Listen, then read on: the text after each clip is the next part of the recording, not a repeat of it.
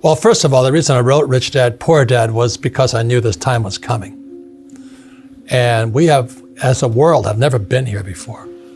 And so is it a spooky time? Damn yeah. It is probably the most dangerous time ever. There's nothing to compare it to because there's never been a world economy before. For example, 100 years ago, if there was a stock market crash in England, it didn't affect anybody. Now the US goes down, the world goes down. So plus with social media and all this we're doing now, and so we've never been here before. And I'm excited about it because I make more money in crashes than I do when they go up. So, but for the average person, they'll get wiped out. I'm afraid at the worst, I hope I'm wrong, but I think we're heading for a global depression. Global depression? Yeah. What does that look like? Depression. I mean, people are depressed. The economy stays down, it's hard to come back up. And now the good news is that for those who are prepared for it, like you and things like this, you'll do better. See, not everybody dies in a plane crash, some plane crashes. But the last crash in 2008, I was on Wolf Blitzer's program 6 months before Lehman Brothers went down. And I said Lehman was going down. And nobody listened, but it went down. And so I've been expecting this market to go down for quite a while. And I'm concerned about my fellow human beings. But as you know, most Americans are clueless. They don't know what's going on. But if you travel the world, I just got back from Africa and China and Japan and New Zealand. People are scared. Australia, which hasn't had a recession in 30 years, is in recession. But Americans are fat, dumb, and happy, having a good time, which is good. But I'm concerned. That's all I can say. I'd be afraid if I had kids.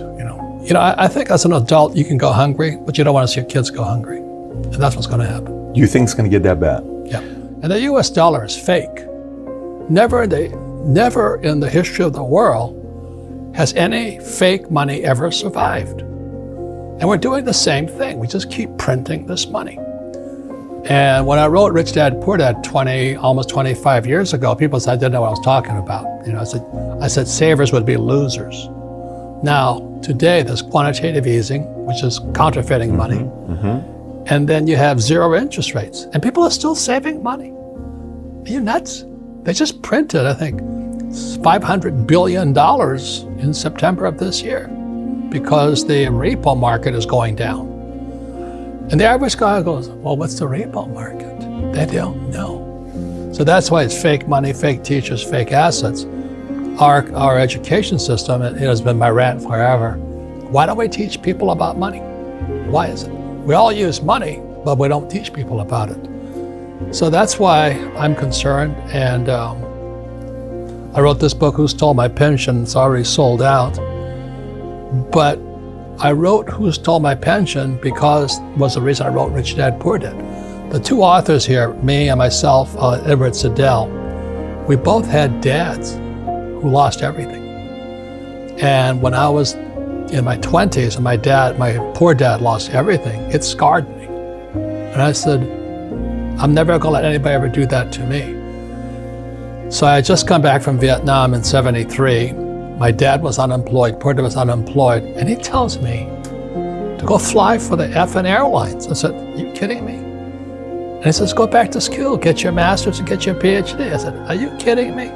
Here the guy is unemployed. He's got no pension, he's got no paycheck, and he's telling me to go back to school. I said, what, learn nothing? And those guys who, my friends who flew for United Airlines, they're broke today. Their pensions were stolen. And Americans, I wonder how my 401k is doing. I'm going, gee, I'd be a little bit worried, but they don't know.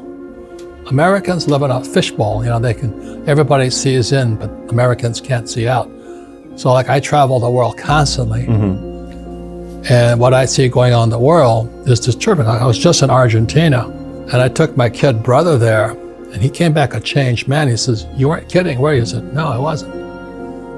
My brother could not believe that what happened in Argentina is going to happen here. So the fear today, I think people are a little bit wiser, is because they do remember 2008 and they do remember 2000. So 2008, 2000, 2008, and here we are today. So I think most people are at least kind of tuned in. I hope it doesn't come down, but I'm afraid it will. But I want to say what you did was really, really smart, because the best time to start a business is right after a crash. I made more money after 2008 than ever in my whole entire life, because everybody was hiding like little cockroaches. Wow, you made more money after 2008 than your entire life. Yeah, so when, here I'm talking about the coming depression, everybody says, oh, you're such a pessimist, I go, no, I'm excited. I get sexually stimulated thinking about all the bargains that are going to be on the street, I mean, it's going to be bargains everywhere. But everybody else, oh, you're pessimistic. No, I'm actually optimistic. So anyway, so you're very smart. When I study business. Guys who start right after a crash do very well most of the time. 2008 was Wall Street. Toxic assets. Toxic assets. CDOs, MBSs. Yes. Derivatives. And so what is it today? Wall Street just looted the pensions. So this book, Who Stole My Pension? It's like I said, my co-author is an SEC attorney. And he got sick and tired of seeing all these bankers loot the pensions and get paid bonuses. And then the labor union guys who manage the funds get paid bonuses. And the guys who manage it get paid bonuses. Meanwhile, the workers get screwed. So when this next crash comes, it's going to be horrible. Now you look at the other guys. So there's two authors. Ted Siddell, SEC attorney. His father was a CIA operative in Uganda, and Idi Amin killed his father. So his family went broke because there was no body. He couldn't collect anything because no body, corpse. Whereas my father ran for political office against the governor of Hawaii, and he got crushed. And the governor says, you're no job, no paycheck, no pension. So my old man's broke. So it kind of put us on edge. I mean? I don't trust my government.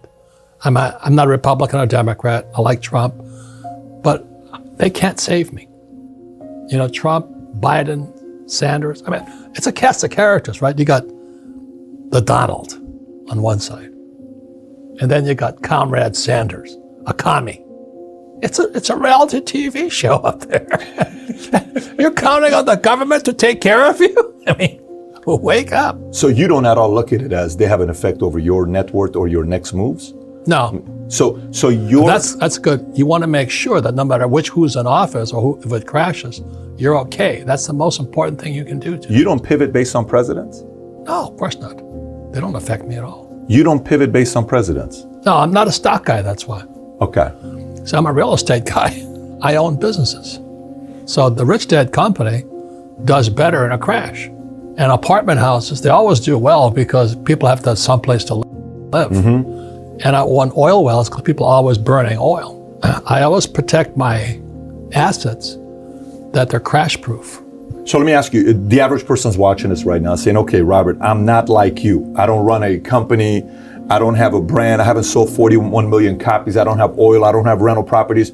What can I do? I'm in a time like this. You're telling me the market's going to go in shambles here pretty soon because of currency, and we printed $500 billion of money in September just in 1 month, not including the $3 trillion we printed in the last 7 years prior to that. What do I do to be prepared for a time like this? Well, first of all, everybody can do something, but they won't. And that's the problem. The reason, who stole my pension, there was plenty of money in it, but nobody did anything. They just stole it. And people did nothing. It's like I said, when the crash came in 2008, not one of those guys went to jail. They got paid bonuses. So there's something rotten inside America. And I think the problem with many Americans is they're complacent. They expect, well, it'll heal itself again. So the thing that everybody can do is, my first investment was a gold coin in Hong Kong. I bought a Krugerrand. I was flying off an aircraft carrier in Vietnam. And I went to Hong Kong and I bought a gold Krugerrand. The date was 1972, but that gold coin today is worth almost $2,000. The one gold coin? Yeah, and I still have it. What'd you pay for it? $50. $50 to $2,000. 1972? Yeah, it just sat there. So I have and so I never, because I understand money, that quantitative counterfeiting and zero interest rates, I don't trust the dollar. So for most of my life, I've saved gold and silver. So I have millions in gold coins and silver coins. I just kept saving it because I don't trust the dollar. So everybody can buy a silver coin today for $20. A silver eagle is $20. But how many people will go to a coin shop and buy it? Probably none. Less than 1/10% of Americans own precious metals. And silver today is 50% below its all-time high. So silver is the biggest bargain sitting in the market as we speak today. It's about $20. It should go to 50. So at $20, and I tell my friends, I go, yeah, think about it. That's the problem. So everybody can afford $20. Kids can afford $20. The thing is, people won't do it, and you know that too. When you deal with people, most people are pretty sedentary. They want to do the same old thing. Well, I'm happy. Nothing's going to happen. Oh, you're just trying to scare me. But I was talking to my doctor last night. He says, "You've been saying this stuff for 25 years. I never listened to you." He says, "Now what do I do?" Because his 401k, as we cover in this book here, the average firefighter has about 1.2 million in pension, but there's nothing there. What do you mean? Their payout's going to be at 1.2 million. The average firefighter retiree has a $1.2 million pension payout. Yeah, that's how much they'll get paid out. Okay. But there's nothing there. It's a problem. Meaning what? Meaning they don't have the money to pay the benefits? It was stolen. It was stolen by Wall Street. So how is that going to be fulfilled? We wrote this book. How is that going to be fulfilled? Because I know one of the stats you said by 2050, 2 billion retirees will be above the age of 60. What was the stat you said about? Okay, in 10 years, 2030, 2 billion baby boomers across the world will retire. Japan's broke. Argentina's broke. China's broke. Italy's broke. Germany's broke. All these old guys are retiring. And the stock market, I live in a fairly exclusive place in South Carolina, and I was talking to my friends there, and they said, "Oh, we love Trump, we love Trump. Stock market's an all-time high." And I said, "Yeah, but so is our debt all-time high." See, they watch the stock market, they don't watch the debt. And the repo market, the repurchase market, is one of the biggest markets in the world. The Fed is bailing that one out now. So the average American is watching the stock market, but not what's really going on. So that's why I wrote Who Stole My Pension? So that means retirees, their kids, taxpayers will pay for the heist. So let me ask you this. So one is, you said buy coins, whether it's silver or But you don't buy gold. gold coins. You don't buy gold coins to make money. You buy gold coins because the dollar is going to go down. So I don't trust the dollar. Anytime Buffett says, I remember when Buffett says, he bought $35 million of silver. I don't know if you remember that when he bought it. You're like, okay, be prepared because something's about to happen. Yep. Right? If he buys gold, just be ready in the next 6, 12, 24 months. He's anticipating some kind of a crash to be taking place. He's right now in cash because That's smart. Yeah, he's anticipating something to happen to buy up businesses and rebuild them. He does that all the time. And then he's going to go in after the crash. He's going to go after the crash.